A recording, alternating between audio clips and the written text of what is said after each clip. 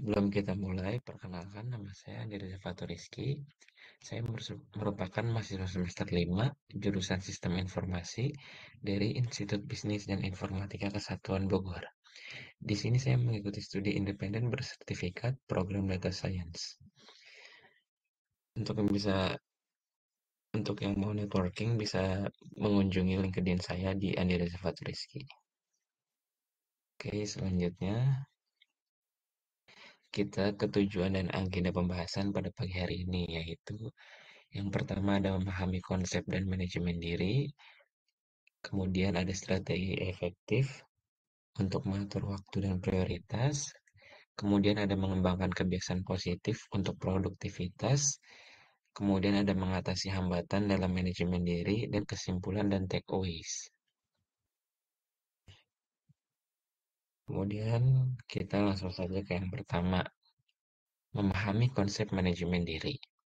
Manajemen diri adalah kemampuan seseorang untuk mengatur dan mengendalikan diri, termasuk pikiran, emosi, tindakan, dan waktu, guna mencapai tujuan yang diinginkan.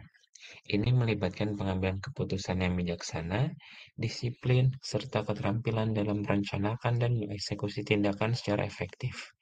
Manajemen diri bukan hanya tentang mengerjakan tugas, tetapi juga tentang mengembangkan kebiasaan positif dan mengelola stres agar tetap produktif dan sehat secara mental. Kemudian ada pentingnya manajemen diri. Yang pertama yaitu meningkatkan produktivitas. Dengan manajemen diri yang baik, seorang mampu menyusun rencana yang jelas, menetapkan prioritas, dan menghindari penundaan, sehingga pekerjaan dapat diselesaikan lebih efisien. Kemudian ada mencapai tujuan pribadi dan profesional, yaitu manajemen diri membantu seseorang untuk tetap fokus dan termotivasi, sehingga tujuan jangka pendek maupun jangka panjang dapat dicapai dengan lebih mudah. Kemudian ada meningkatkan kualitas hidup. Meningkatkan kualitas hidup, manajemen diri membantu dalam menciptakan rutinitas yang seimbang, di mana seseorang dapat mencapai kesuksesan sambil tetap menjaga kesehatan fisik dan mental. Selanjutnya ada membangun disiplin dan tanggung jawab. Keterampilan manajemen diri mengajarkan disiplin, membantu seseorang bertanggung jawab atas tindakan mereka dan meningkatkan rasa percaya diri. Dan yang terakhir ada mengurangi stres. Pengelolaan waktu dan tugas yang efektif, mencegah perasaan kewalahan dan membantu menjaga keseimbangan antara pekerjaan dan kehidupan pribadi. Selanjutnya ada hubungan antara manajemen diri dan kesuksesan pribadi. Manajemen diri memiliki hubungan yang erat dengan kesuksesan pribadi. Kesuksesan tidak hanya diukur dari pencapaian dalam karir, tetapi juga dari kesejahteraan emosional, kualitas hubungan, dan keseimbangan hidup secara keseluruhan. Berikut adalah penjelasan tentang bagaimana manajemen diri berkontribusi langsung terhadap kesuksesan pribadi. Yang pertama itu mengoptimalkan produktivitas. Manajemen diri membantu individu mengatur waktu dan sumber daya secara efektif, memungkinkan mereka untuk menyelesaikan tugas lebih efisien. Kemudian ada meningkatkan fokus dan konsistensi. Keterampilan dalam mengelola diri mampu membuat seorang mampu mempertahankan fokus pada tujuan jangka panjang. Kemudian ada mengembangkan kebiasaan positif. Kesuksesan seringkali berasal dari kebiasaan kecil yang dilakukan secara rutin. Manajemen diri memampukan seseorang untuk mengidentifikasi dan mempraktikkan kebiasaan yang positif. Kemudian ada mengurangi stres dan meningkatkan resiliensi. Kesuksesan juga berkaitan dengan kemampuan mengatasi tantangan dan tekanan. Dengan manajemen diri yang baik, individu dapat mengurangi tingkat stres, menjaga kesehatan mental, dan mengembangkan ketahanan emosional yang lebih baik. Dan yang terakhir ada mendorong pengembangan diri. Manajemen diri membantu seorang mengenali kelemahan dan kelebihan mereka. Dengan pengenalan ini, individu dapat terus belajar dan mengembangkan keterampilan yang diperlukan untuk tumbuh dan maju menjadi lebih baik lagi, baik untuk profesional maupun pribadi.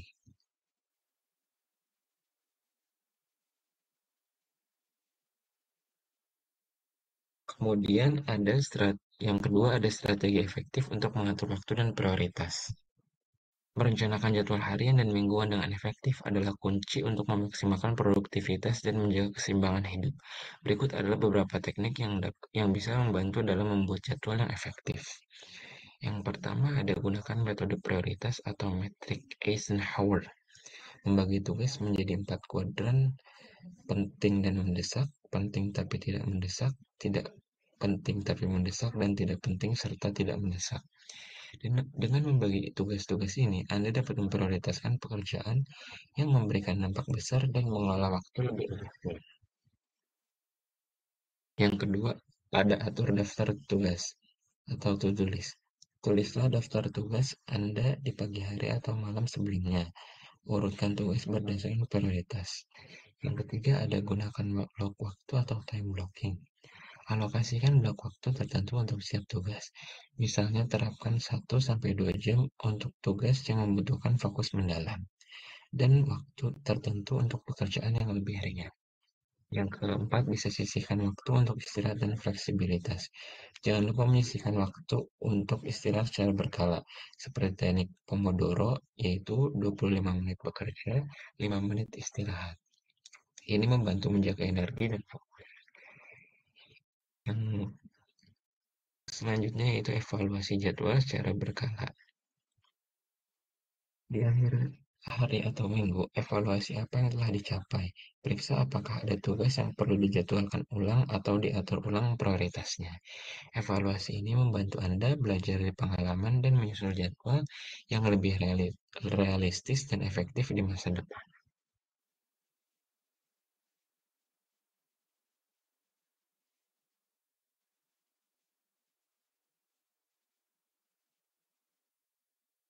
Selanjutnya ada menetapkan prioritas dengan benar dan memanfaatkan waktu secara efisien, sangat penting untuk mencapai produktivitas yang optimal. Berikut ini beberapa tips yang dapat membantu Anda mengatur prioritas dan memaksimalkan penggunaan waktu Anda.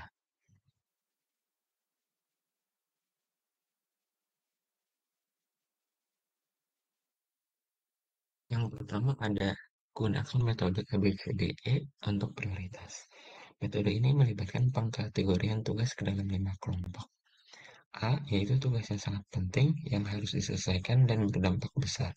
B, tugas penting tetapi tidak sekrusial A dan berdampak sedang. C, tugas yang sebaiknya dikerjakan tapi tidak berdampak signifikan. D, tugas yang bisa didelegasikan. E, tugas yang bisa dihapus tanpa konsekuensi besar. Kemudian yang kedua ada terapkan prinsip 1-3-5. Dalam satu hari, pilih satu tugas yang besar, 3 tugas menengah, dan 5 tugas kecil. Metode ini membantu Anda mengelola ekspektasi dan fokus pada tugas-tugas yang paling penting dan bisa diselesaikan dalam sehari. Berikutnya ada kenali golden hours. Identifikasi waktu dalam sehari di mana Anda merasa paling produktif, pagi, siang, atau malam. Gunakan jam-jam ini untuk menyelesaikan tugas-tugas yang memerlukan konsentrasi tinggi. Kemudian ada tetapkan tujuan yang spesifik dan terukur. Buatlah tujuan harian yang jelas, spesifik, dan terukur. Hindari perencanaan yang terlalu longgar seperti menyelesaikan pekerjaan dan ganti dengan menyelesaikan laporan X sebanyak 5 halaman. Kemudian menetapkan tujuan yang terukur membantu Anda mengetahui kapan tugas selesai dan menghindari penundaan. Dan yang terakhir adalah tetapkan batasan waktu untuk setiap tugas. Berikan batasan waktu untuk menyelesaikan setiap tugas agar Anda tidak terlalu lama terjebak dalam satu pekerjaan. Teknik ini disebut time boxing dan membantu Anda bergerak lebih cepat dari tugas ke tugas berikutnya. Contohnya, alokasikan 1 jam untuk memeriksa email dan pindah tugas lain saat waktu habis.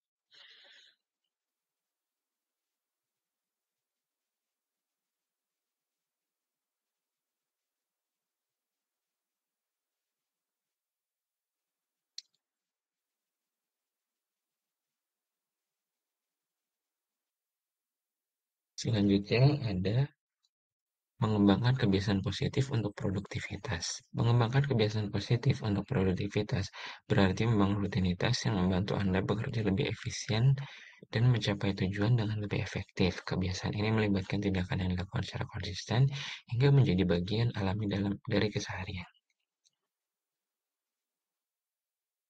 Kebiasaan kunci yang mendukung produktivitas adalah praktik-praktik yang dilakukan secara rutin dan membantu individu untuk bekerja lebih efisien, tetap fokus, dan mencapai hasil optimal.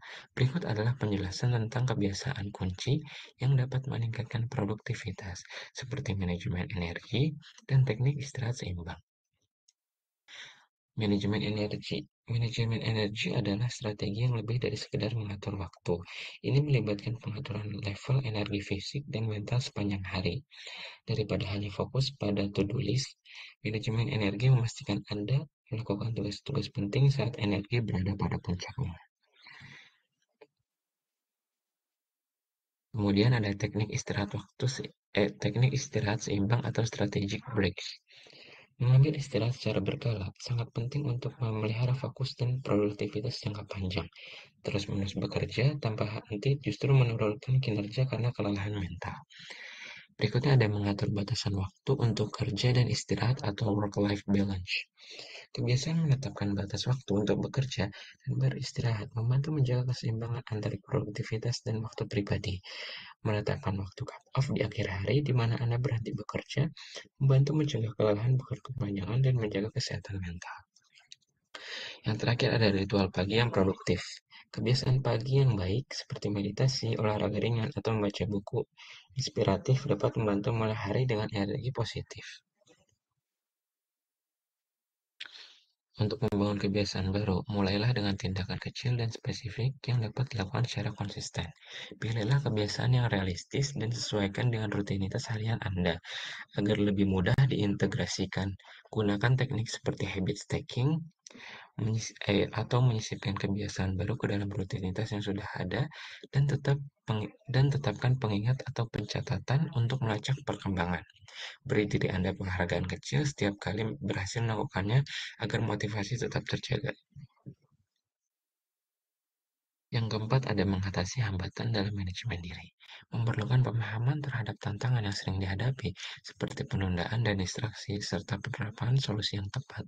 Penundaan biasanya muncul karena rasa kewalahan atau kurangnya motivasi, sedangkan distraksi sering datang dari lingkungan sekitar atau perangkat digital. Menangani hambatan ini memerlukan strategi khusus untuk tetap fokus dan produktif. Diskusi tentang tantangan umum. Pertama ada penundaan. Penundaan terjadi ketika tugas terasa besar atau membosankan, menyebabkan kecerundungan untuk menunjang pekerjaan. Yang kedua ada distraksi, dapat berasal dari notifikasi ponsel, media sosial, atau gangguan di sekitar tempat kerja yang menghambat alur kerja. Solusi dan trik mengatasi hambatan yaitu memecah tugas menjadi bagian kecil, mengurangi rasa kewalahan dengan membagi pekerjaan besar menjadi langkah-langkah kecil yang lebih mudah dikelola. Kemudian bisa menggunakan teknik Pomodoro, yaitu bekerja selama 25 menit dengan fokus penuh, diikuti istirahat 5 menit untuk menjaga produktivitas. Kemudian ada bisa membuat to-do list dan prioritas, membantu menjaga fokus pada tugas-tugas penting dan menghindari penundaan. Selanjutnya yaitu bisa menciptakan lingkungan bebas gangguan dengan mematikan notifikasi ponsel, mengatur alat peredam suara, atau bekerja di tempat yang tenang. Kemudian bisa mengatur waktu khusus untuk istirahat, membantu menghindari kelelahan dan menjaga energi tetap stabil sepanjang hari. Kesimpulan dari dalam webinar ini kita telah membahas betapa pentingnya kemampuan manajemen diri untuk mencapai kesuksesan dini. Dengan memahami konsep manajemen diri, mengenali tantangan seperti penundaan dan distraksi, serta menerapkan teknik-teknik sederhana seperti perencanaan harian dan manajemen energi, peserta diharapkan mampu mengelola waktu dan prioritas mereka dengan lebih efektif. Strategi ini tidak hanya membantu dan mencapai tujuan-tujuan jangka pendek, tetapi juga membangun fondasi yang kuat untuk kesuksesan jangka panjang. Kunci keberhasilan terletak pada konsistensi dalam membangun kebiasaan positif, refleksi diri, dan ketekunan dalam menghadapi hambatan. Dengan menerapkan praktik-praktik yang dibahas, para peserta dapat meraih produktivitas yang lebih tinggi dan kesuksesan yang lebih terencana. Oke, mungkin untuk presentasi dari saya cukup.